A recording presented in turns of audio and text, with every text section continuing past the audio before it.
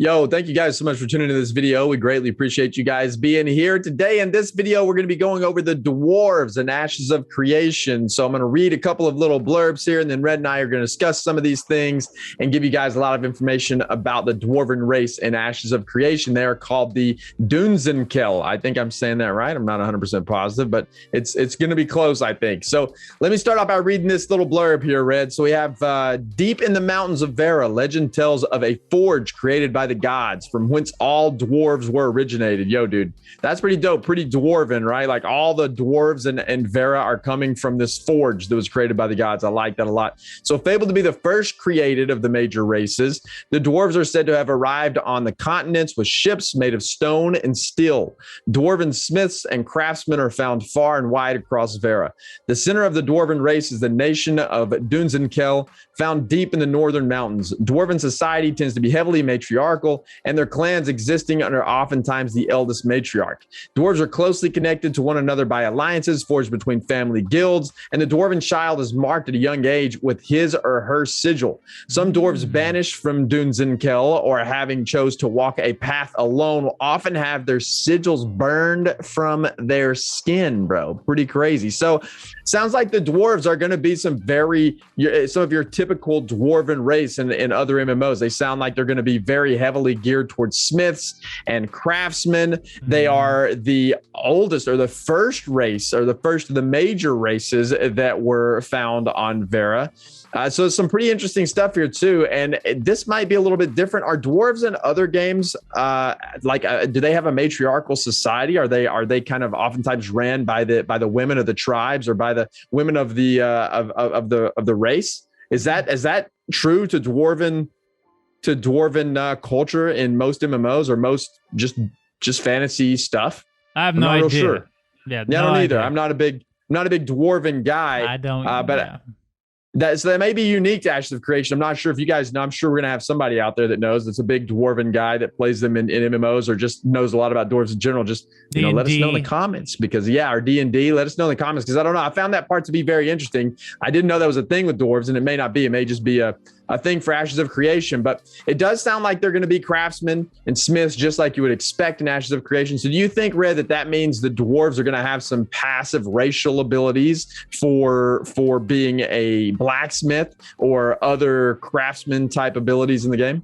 Well, I think one of them are going to be the Dunir or the Dunir. Yeah, there you go. I think they will be like your smithy people, but it's interesting because they kind of, I like how they kind of split up the races into, basically I think they'll use landmarks or, environment in which to influence these people's culture, which I really do like.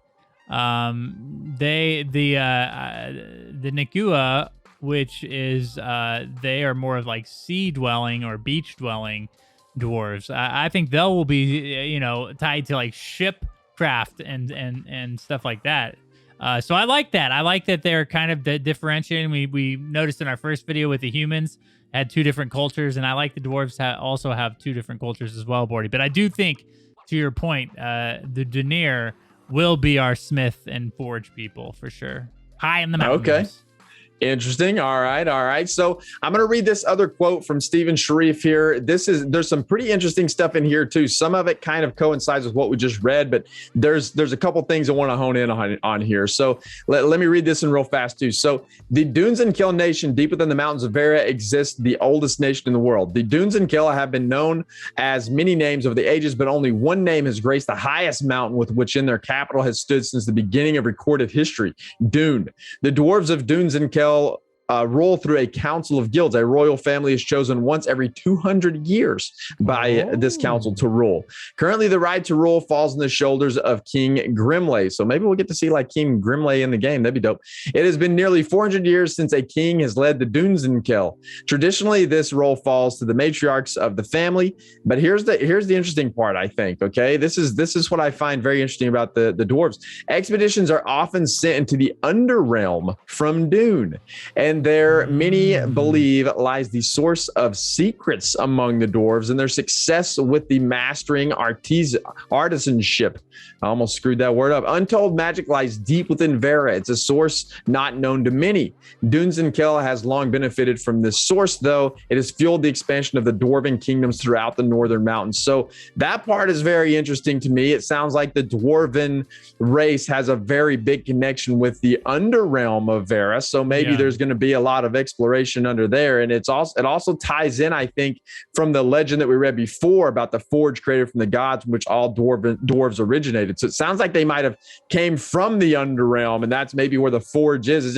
It's because it says deep within the mountains. Maybe that's in the underrealm. I'm not sure. I found that part to be very interesting, dude. What do you think about the tie-in between the dwarves and the underrealm, dude? Well, it's interesting. I think that it reminds me of Lord of the Rings when they go into the dwarven city, and then there's like that access to the underrealm, or whatever they called it in the Lord of the Rings universe. So I think that's cool. Obviously, it makes sense since they're like miners and, in the mountains and usually, digging down deep.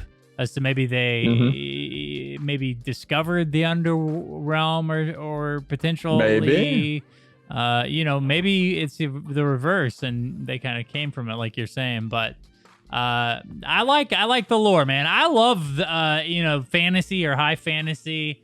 The dwarves, although I don't typically like to roll my character as a dwarf, I do love dwarven lore. I love the mountains. I love snow based biomes and stuff. So dude, the Dunir are looking really dope, and I'm excited to hear more about the lore and maybe where they came from.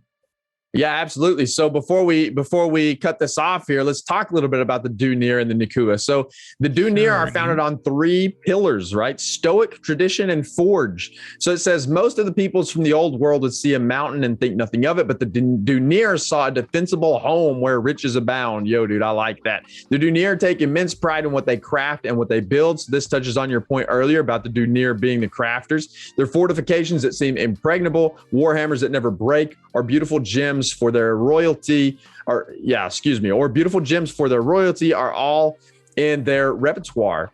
So that's pretty cool, man. They're also pound for pound the strongest warriors the world has ever known. So it does sound like they're going to get the Dunir. It sounds like they're going to get some sort of racial passive, probably to be a very good smith or blacksmith, and maybe even some sort of other crafting for homes or what have you.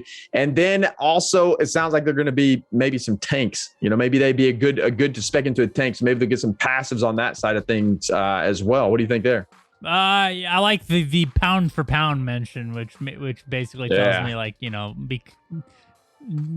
comparative to their size, they're the strongest. But let's be real. We're gonna see some orc warriors out there that are gonna be pretty beefy boys. So I think that it makes sense. Again, they're playing into, I think, classic dwarven lore or dwarven makeup in most fantasy games. But you got to stick with the classics, right? I love it. I like that this group is going to be represented well in Ashes of Creation. Yeah, absolutely. So in contrast to the Dunir, we now have the Nikua, and their 3 pillars are family, freedom, and courage. So the Dunir seeing the mountains as homes. So whenever they look at a mountain, they think, hey, that's where I want to live. But the Nikua, they see mountains as a prison. They're like, no way, dude, I do not want to live in the mountain. That's pretty crazy that you have 2 dwarves that are completely different. So it says they can't complete the great hunt if they're inside of a cave. So they're going to be hunters. They craft, the craft of their brothers doesn't elude them, though there are also highly skilled artisans. I feel like I'm saying that word wrong every time I see it. Anyway, you know what I mean? So instead of jewelry for nobles, the Nikua see crafting as a rite of passage and advancement of the family. So that's pretty interesting too, man. So they don't want to live in the mountains. They want to be free range, free roam, so they can go hunt and craft. They're also very heavy into crafting. So very, very different dwarven races here. The Dunir, the Nikua. Pretty crazy, man. I like the contrast there. I like that there's 2 different sides of the coin here. It's going to be interesting to see. So if you were to play a dwarven race, Red, which would it be? Dude, That's tough, man. I love the originality of the Nikua, but I have to go with the Dunir. I love the mountains, dude. I want to roam around in the mountains. I want to be in the snow areas. I want to have that link to the underworld. I have to go Dunir, honestly. Yeah, I would have to agree. I think I would go Dunir as well, just simply to live in the mountains. I like that a lot in games. I love having a big mountainside home. That's really dope to me. So I would probably go Dunir as well. Plus, dude, who doesn't like to craft a enormous warhammer that's like unbreakable? You know what I mean? Like, bro, they're amazing. I want to be, Yeah, no, I agree with you 100%.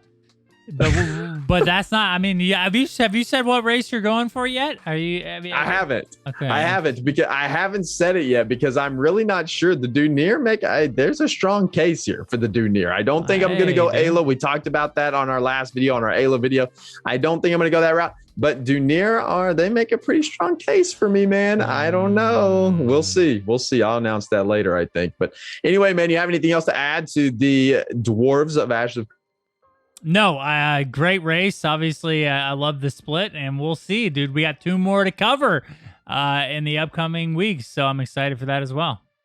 Yeah, absolutely. Well, thank you guys so much for watching. We greatly appreciate it. We're going to continue to cover the races. We have 2 more, as Red mentioned. We already covered the Ayla. We'll link that in the description below if you're interested to check out that video. But thank you guys for hanging out, for watching the video. We appreciate it. Make sure you hit the subscription button and like the video if you enjoy the Ashes of Creation content. And we will see you guys next time.